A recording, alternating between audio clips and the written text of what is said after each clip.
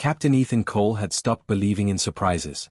War had a way of stripping surprises down to patterns. Ambushes became probabilities. Death became logistics. Fear became something you scheduled for later, if you survived long enough to feel it. That was what made the night so wrong. Because there was no pattern. No build-up. No warning signs in the comm channels. Just silence. Varkesh border fortress sat under a fractured sky, its outer walls lit by pale moonlight and the slow sweep of surveillance drones. The desert beyond it was empty, as always. Nothing lived out there except dust, stone, and the occasional scavenger packs that never got close enough to matter. Ethan stood on the upper rampart, coffee gone cold in his hand, watching nothing happen.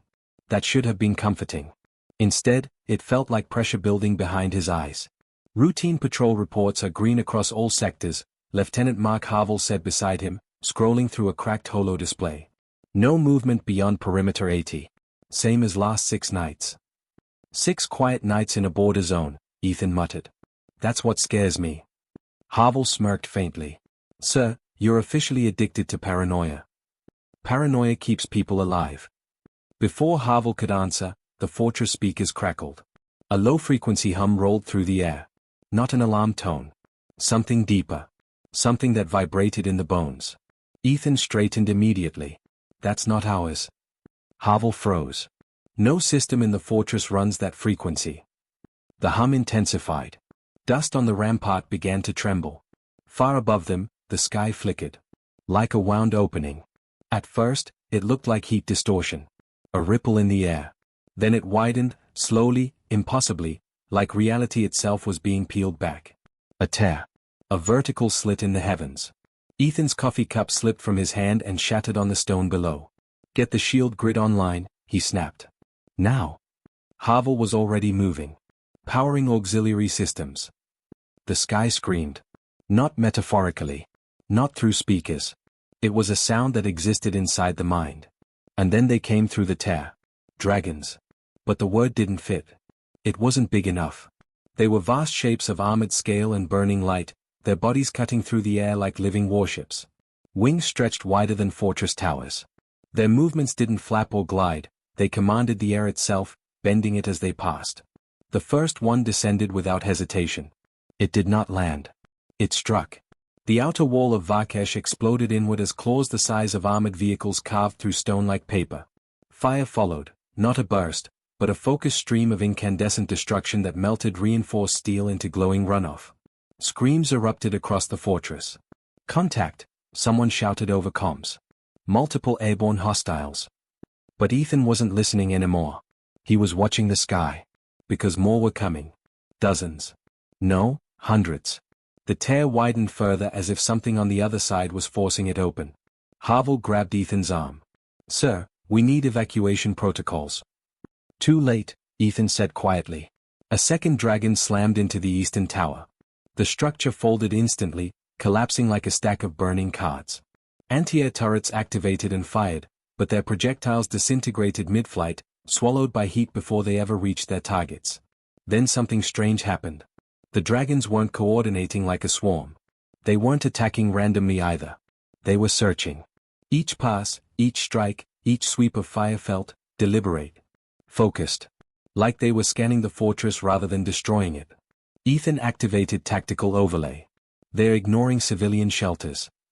That doesn't make sense, Harville said, voice tight. This is a full assault. It's not a raid, Ethan replied. It's a search pattern. Another impact rocked the fortress.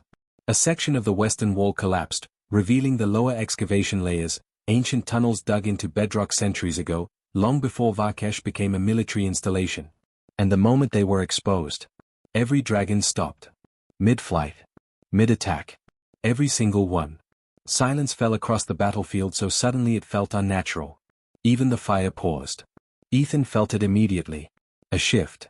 Not tactical. Not environmental. Something deeper.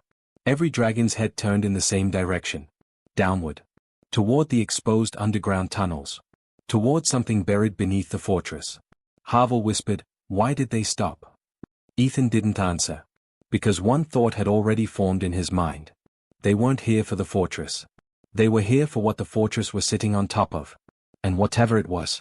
Humanity had just been noticed for the first time by something that was not supposed to exist anymore. Above them, the largest dragon slowly descended from the broken sky, its shadow swallowing the burning fortress below. And for the first time since the attack began, it spoke. Not in sound, but in thought that crushed its way into every mind present. We found it. Captain Ethan Cole had survived enough battlefield chaos to recognize the difference between destruction and intent. What was happening in Vakesh wasn't blind slaughter. It was focused violence, controlled, almost surgical, as if the attackers were working around an invisible map only they could see. And now that pattern had changed. Because the moment the exposed underground tunnels were revealed, everything stopped. Not slowed. Not hesitated. Stopped. The dragons hung in the air like suspended monuments of fire and scale, their massive wings no longer beating. The wind itself seemed afraid to move. Even the burning debris drifting through the sky froze into slow, unnatural arcs. Lieutenant Mark Havel's voice broke the silence first. "Sir, they've ceased all attack vectors. Entire swarm is static." Ethan's eyes stayed locked on the largest dragon hovering above the shattered western wall. "They're not static," he said quietly. "They're focused." A low tremor ran through the ground beneath them. Not from explosions. From something deeper underground responding. Havel swallowed. "Sir, this is insane. We've lost half the fortress. Do we fall back or?" "Negative," Ethan cut in. "We don't retreat until we understand what we're standing on." He tapped his wrist console. "Activate Iron Halo protocol." Havel blinked. "Sir, that system hasn't been tested in." "I don't care. Activate it." A moment of hesitation. Then alarms across the fortress changed tone. Not panic. Not evacuation. Something older. Something buried in military doctrine from an era when humanity still feared extinction more than politics. Deep beneath Vakesh, hidden beneath layers of excavation rock and sealed corridors, dormant energy systems awakened. The ground itself began to hum. At first, it was faint, like distant machinery waking from centuries of sleep. Then it grew into a structured pulse. Rhythmic. Intentional. The dragons reacted instantly. Every one of them turned toward the fortress core. Not the walls. Not the troops. The center. The buried structure. Ethan felt the air tighten. They're responding to Iron Halo activation. Havel stared at him. "You mean this base has countermeasures against them?" "I don't know," Ethan said. "But something down there was built to stay hidden." The first wave of energy shields erupted. A lattice of pale blue light expanded outward from underground emitters, forming concentric defensive layers around the fortress. The effect was immediate. Dragonfire struck the barrier and dispersed into harmless vapor. The impact still shook the ground, but it no longer penetrated. For the first time since the sky tore open, humanity had space to breathe. But the dragons didn't retreat. They stared. Every single one of them. As if they had just recognized something they thought was gone forever. Then the largest dragon descended further, stopping just beyond the outer shield boundary. Its presence alone warped the air. Heat shimmered around it like a storm contained in flesh and bone. Its eyes, vast, glowing, layered with something deeper than biology, locked onto Ethan directly. And then it spoke again. Not aloud. Not through radio or translation. Through something that bypassed language entirely. This world was sealed. Ethan felt the words press against his mind like gravity. He steadied himself. "We didn't seal anything." The dragon tilted its head slightly. A motion that somehow felt disappointed. "You should not be here." Behind Ethan, soldiers were frozen, some clutching weapons, others clutching their heads as the psychic pressure rolled through them like waves. Havel staggered. "Sir, my implants are picking up neural interference. It's like it's speaking directly into thought pathways." Ethan didn't take his eyes off the dragon. "Can you translate it?" "I don't think it's a language," Havel said strained. "It's intent." The ground trembled again. This time stronger. From beneath the fortress, something massive shifted. The buried structure was reacting. The Iron Halo system wasn't just a shield, it was a key. And whatever it had unlocked was waking up. The dragons felt it too. Their formation changed for the first time. Not aggressive now, but wary. As if the hunters had become uncertain of the prey. Ethan made a decision. "Dr. Vale," he snapped over comms. "Report to Central Excavation Site immediately. I want answers in 5 minutes or I start pulling walls apart myself." A static-filled voice replied. "Commander." I'm already here. The scientist sounded shaken. And excited. That was never a good combination in Ethan's experience. I found something, Dr. Simon Vale continued. Something impossible. Ethan exhaled slowly. Define impossible. A pause. Then Vale whispered. It's not human construction. Another tremor hit. Harder this time. The shields flickered for a fraction of a second. And in that instant, every dragon outside moved closer, not attacking, but responding, like synchronized instincts triggered by the same signal. Havel looked at Ethan. Sir. I don't think they're invading. Ethan finally understood the shape of the situation. His grip tightened on his sidearm. Then what are they doing? He asked. Havel didn't answer immediately. Because the answer had already formed in both their minds. The dragons weren't attacking Varkesh Fortress. They were surrounding something beneath it. And humanity had just turned the lights on. The descent into the lower excavation levels of Varkesh felt less like moving downward and more like moving backward through time. Captain Ethan Cole led the team personally. He didn't trust the silence above anymore. Not since the dragons stopped attacking. Not since they started watching. The corridor lights flickered in irregular pulses as the iron halo system continued to stabilize. Every step deeper into the facility brought a faint vibration through the walls, like something massive beneath them was breathing for the first time in centuries. Lieutenant Mark Havel walked beside him, weapon raised, eyes scanning every shadow. Sir, readings are getting worse the deeper we go. Define worse. Electromagnetic fluctuations are spiking. Thermal readings don't match geological data. And there's something else. Ethan didn't look at him. Say it. Havel hesitated. We're picking up a structured signal. Not random noise. It's patterned. Like a language. Ethan stopped walking for half a second. Then continued. From where? Havel pointed downward. Directly beneath us. They reached the sealed excavation gate 20 minutes later. It wasn't military. Not originally. The structure predated Varkesh Fortress entirely. Massive slabs of interlocking material, neither metal nor stone, formed a barrier that no known industrial tool could have manufactured at scale.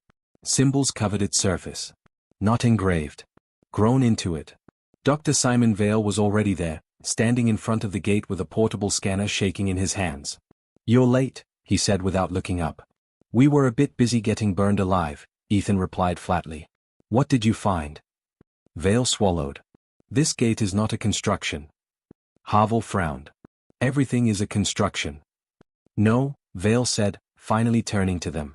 His eyes were wide with something between fear and awe. This is biological architecture. It is alive in structure. Not active, but grown.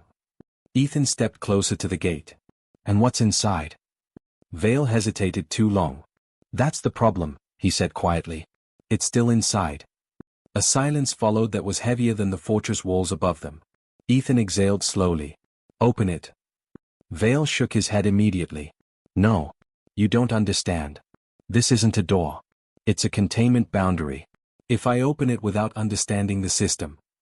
Open it. A long pause. Then Vale reluctantly activated his console. The gate responded instantly. The symbols across its surface lit up in sequence, like neurons firing awake.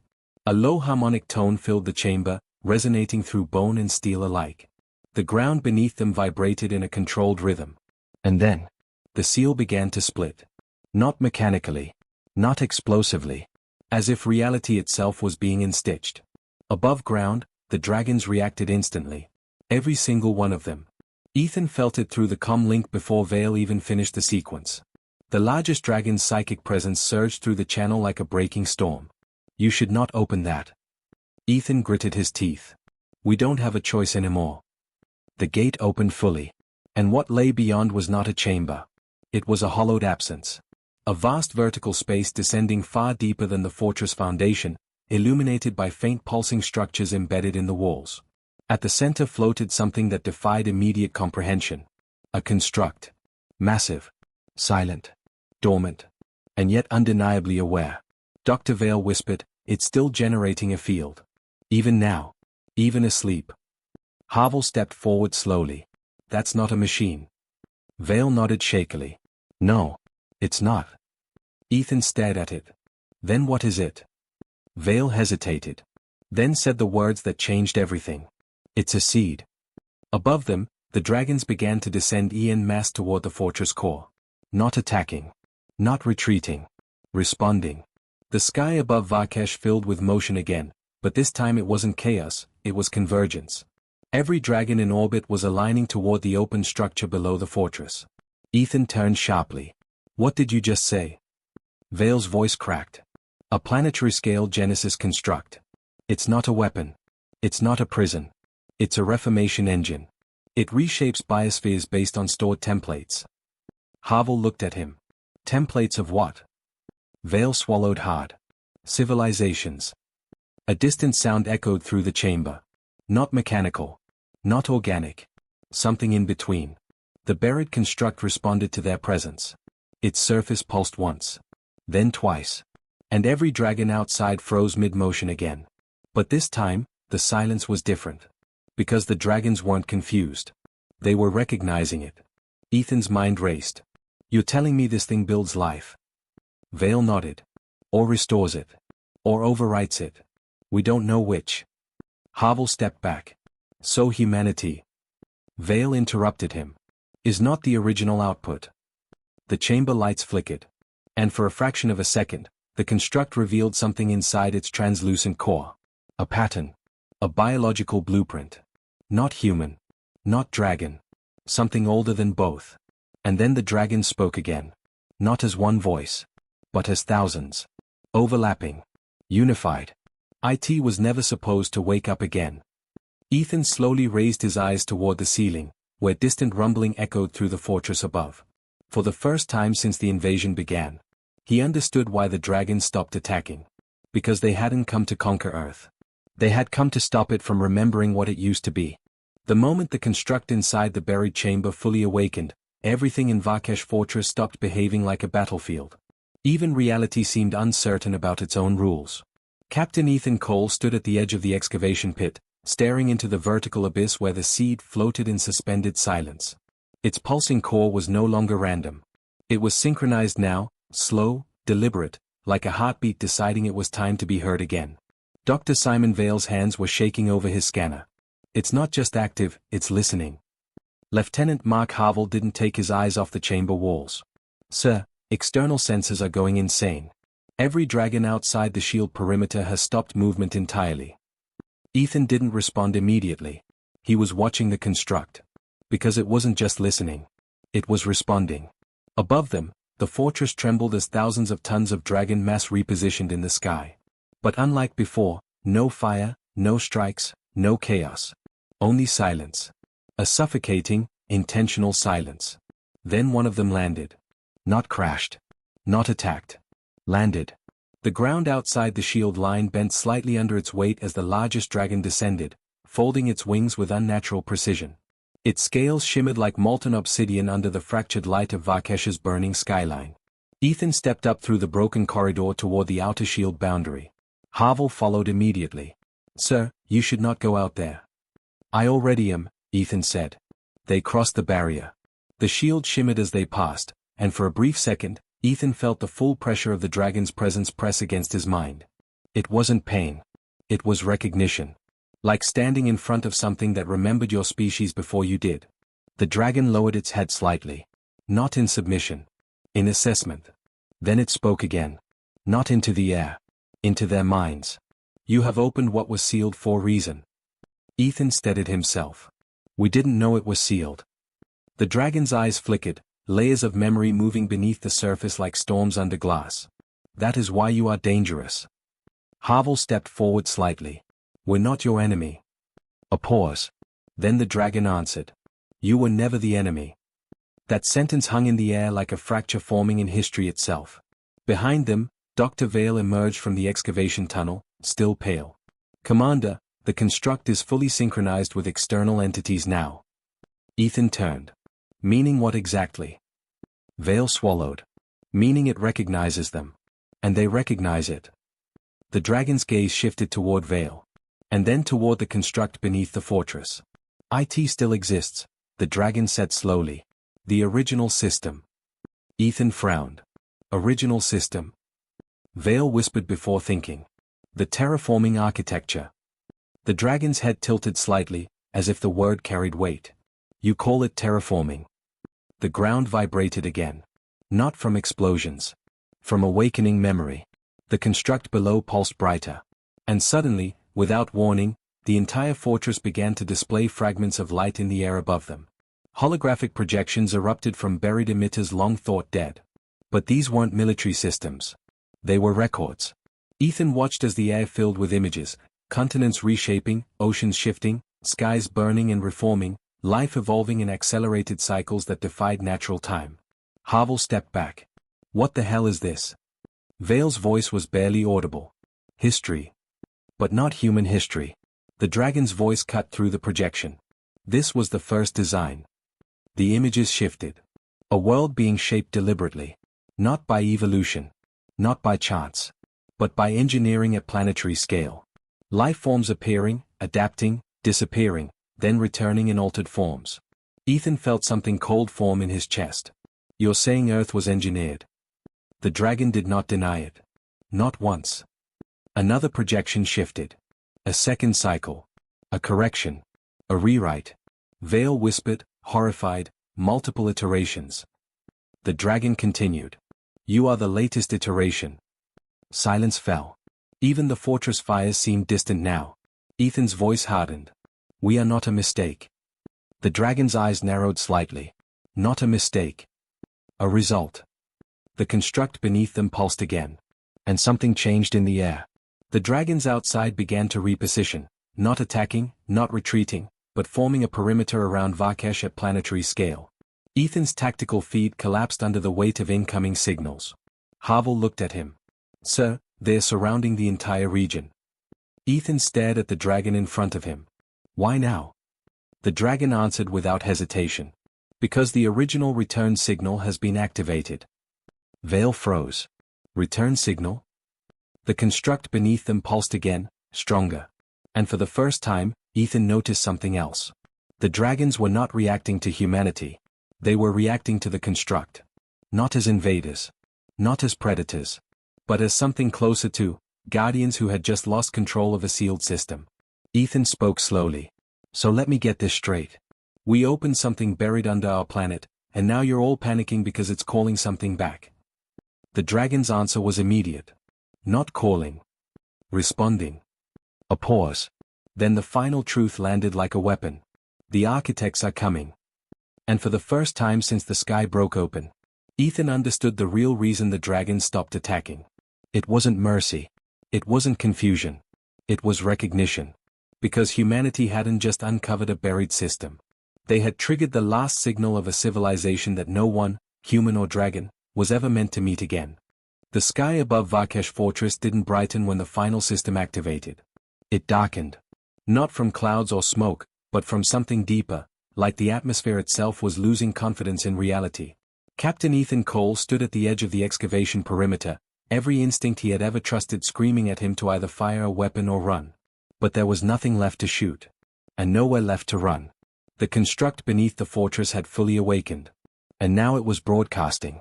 Not across radio bands. Not through satellites. Across something older than both. Lieutenant Mark Havel's voice trembled through comms. Sir, long-range sensors are picking up massive spatial distortion patterns. It's not atmospheric. It's dimensional. Dr. Simon Vale didn't even try to hide his fear anymore. It's opening a return corridor. Something is trying to re-establish access to this world. Ethan's eyes stayed locked on the hovering dragon outside the shield line. The architects. The dragon did not correct him. That silence said more than words ever could. Behind them, the buried construct pulsed again, stronger this time. Each pulse sent visible ripples through the air above Varkesh, bending light, bending distance, bending perception itself. The fortress walls groaned as if the structure was suddenly remembering a different geometry. Then the sky split again. But not like before. This time, there was no terror, fire or chaos. This was precision. A clean fracture appeared above the fortress, like reality being opened by an unseen hand. Beyond it was not darkness, nor stars, but a vast structured lattice of light, systems layered upon systems, stretching beyond comprehension. Something was looking back. Every dragon across the battlefield froze in perfect synchronization. Not fear. Recognition. The largest dragon lowered its head slowly, as if bowing to something it had not seen in millennia. And then it spoke. Not to Ethan. Not to humans. To the sky itself. We warned you not to wake it. Ethan's grip tightened. Warned who? The dragon turned its gaze toward him. Your kind did not listen. Vale stepped forward, voice breaking. We didn't even know this existed. The dragon's eyes dimmed slightly. That is why you survived. A pause. Then the truth unfolded like a blade finally being drawn. The first civilization did not survive curiosity. The sky above flickered again. Images, not projections now, but imposed visions, forced their way into human perception. A world being studied. Observed. Edited. Species appearing and disappearing like drafts of a document. Ethan saw it clearly now. Earth was not a birthplace. It was a project. And humanity was not the first iteration. Or the second. Or even the 10th. Havel whispered, we're replacements. The dragon corrected him immediately. You are continuations. The distinction mattered. But not enough to feel comforting. The construct beneath them surged again, and the dimensional fracture above stabilized into a controlled gateway. Something massive moved on the other side. Not entering. Not yet. Observing. Then a new presence entered the system. Not through space. Not through signal. But through awareness itself. Every human in the fortress felt it at once, a pressure behind thought, like standing too close to something that understood consciousness better than they did. A voice arrived. Not spoken. Not transmitted. Imposed. Custodian protocols compromised. The dragons reacted instantly. Every single one shifted position, forming a layered defensive ring around Varkesh, not against humanity, but against the sky. Ethan realized something terrifying. They are protecting us, he said quietly. Vale shook his head. No, they're protecting what's beneath us. The voice returned. Substrate detected. Original seed signal confirmed. Initiating reclamation. The construct pulsed violently. The ground split in controlled fractures as ancient systems beneath the fortress responded. Entire buried structures rose slightly, like a sleeping organism reacting to a pulse it had not heard in eons. The dragon beside Ethan finally spoke again, but this time its voice carried something different. Urgency. If they reclaim this world, you will be erased. Ethan turned sharply. Explain. The dragon's gaze stayed on the sky. Not killed. Removed as an error state. Silence. Then Ethan understood. This isn't invasion, he said slowly. It's maintenance. Vale's voice cracked. We're not meant to exist in their system. The dragon confirmed it. You were not the target. Another pulse from the construct. And the sky above Varkesh stabilized into a full interface, structured, geometric, impossibly vast. The architects had arrived. But they had not expected resistance. Because something had changed since the last cycle. Humanity had awakened early. And the dragons, once designed as custodians, had chosen something unprecedented. The dragon lowered its head toward Ethan again. We stopped attacking because you are not the corruption. You are the last and sanctioned variable. Ethan exhaled slowly. So what happens now? The dragon looked at him for a long moment. Then answered. Now we decide whether this world belongs to its creators. Or to those who learn to live in it without permission. Above them, the architects began to descend. And for the first time in recorded existence, dragons and humans stood on the same side of the sky.